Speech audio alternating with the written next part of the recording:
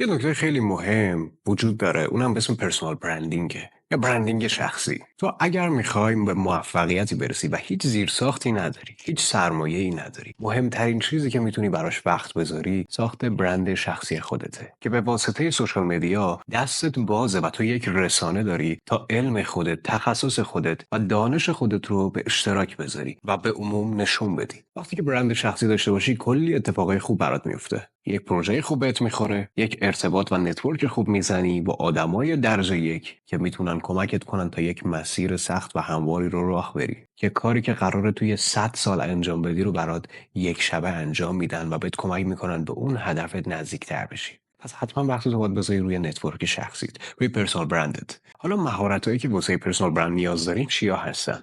یک، مهارت‌های ارتباطی مثل فن بیان، گفتار قشنگ، منمن نکردن و داشتن یک دایره کلماتی بزرگ که بتونی توی بحث‌ها ازش استفاده کنی. آگاه بودن به یک سری اطلاعات عمومی که بتونی سر صحبت رو باز کنی. بعد از اون استایل خوب آراسته بودنه که به شما کمک میکنه هر جایی به یک وجه تمایزی برسید و بیشتر دیده شید. و جدا از اون زبان بدن خیلی میتونه بهتون کمک کنه. داشتن یه زبان بدن خوب و کنترل شده، اونم به صورت خودآگاه، میتونه کاری کنه که شما ارتباطهای مؤثرتری بگیرید.